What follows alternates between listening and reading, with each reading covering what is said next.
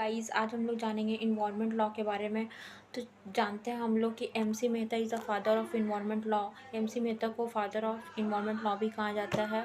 और environment law का हम लोग को नीड क्यों पड़ा, उसका बैकग्राउंड क्या है। तो सबसे पहला हम लोग का है स्टॉकहोम कॉन्फ्रेंस 1972 में हुआ था। सेकंड है हम लोग का Bhopal gas tragedy and third है हम लोग का कॉम्प्रिहेंसिव लॉ।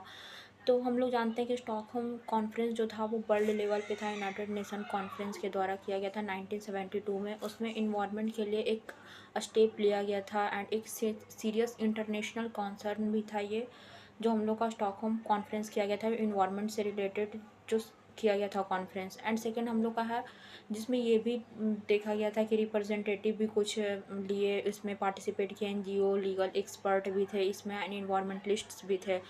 तो हम लोग ये भी देखेंगे कि इन्वायरमेंट पॉल्यूशन चैलेंजेस क्या क्या था। पॉल्यूशन था उसमें एंड बायोडाइवर्सिटी लॉज बना, उसमें सस्टेनेबल डेवलपमेंट हुआ। सेकंड हम लोग का Bhopal gas tragedy. Bhopal gas tragedy भी एक बहुत बड़ा हम लोग का इन्वायरमेंट पे इफ़ेक्ट डाला था, जो कि भोपाल में हुआ था। और एक कंपनी था और उसमें ये कार्बाइड का वो जो था उससे रिलेटेड था। ये आप लोग को तो पता ही होगा, Bhopal gas tragedy. And third है हम लोग का कॉम्प्रिहेंसिव लॉ। तो चलिए जानते हैं हम लोगों की इन्वायरमेंट का काइंड्स क्या क्या। तो बहुत सारे इन्वायरमेंट है जो हम लोग को इन्वायरमेंट में बहुत पॉल्यूटेड कर रहा है। फर्स्ट हम लोग का एयर पॉल्यूशन, सैंड पॉल्यूशन जैसे हो गया, लैंड पॉल्यूशन, नॉइज़ पॉल्यूशन, ऐसा बहुत सारा पॉल्यूशन है। सॉइल पॉल्यूशन जो हम लोग को इन्वायरमेंट को पॉल्यूटेड कर रहा है। या फिर वो एक फार्मर के लिए भी जैसे सॉइल पॉल्यूशन होगा तो वो बेनिफिट्स नहीं होगा फार्मर के लिए।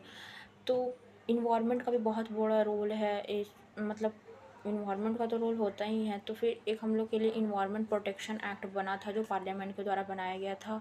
इन्वायरमेंटल प्रोटेक्शन एक्ट 1948 में बनाया गया था। और इन्वायरमेंट लॉ को हम लोग अम्ब्रेला एक्ट के नाम से भी जानते हैं।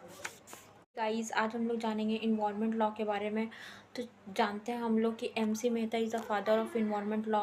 एमसी मेहता को फादर ऑफ इन्वायरमेंट लॉ भी कहा जाता है। और इन्वायरमेंट लॉ का हम लोग को नीड क्यों पड़ा, उसका बैकग्राउंड क्या है। तो सबसे पहला हम लोग का है स्टॉकहोम कॉन्फ्रेंस 1972 में हुआ था। सेकंड है हम लोग का Bhopal gas tragedy and third है हम लोग का कॉम्प्रिहेंसिव लॉ। तो हम लोग जानते हैं कि स्टॉकहोम कॉन्फ्रेंस जो था वो वर्ल्ड लेवल पे था, यूनाइटेड नेशन कॉन्फ्रेंस के द्वारा किया गया था 1972 में। उसमें इन्वायरमेंट के लिए एक स्टेप लिया गया था एंड एक सीरियस इंटरनेशनल कॉन्सर्न भी था ये, जो हम लोग का स्टॉकहोम कॉन्फ्रेंस किया गया था इन्वायरमेंट से रिलेटेड, जो किया गया था कॉन्फ्रेंस। एंड सेकेंड हम लोग का है जिसमें ये भी देखा गया था कि रिप्रेजेंटेटिव भी कुछ लिए इसमें पार्टिसिपेट किए, एनजीओ, लीगल एक्सपर्ट भी थे इसमें एंड इन्वायरमेंटलिस्ट्स भी थे।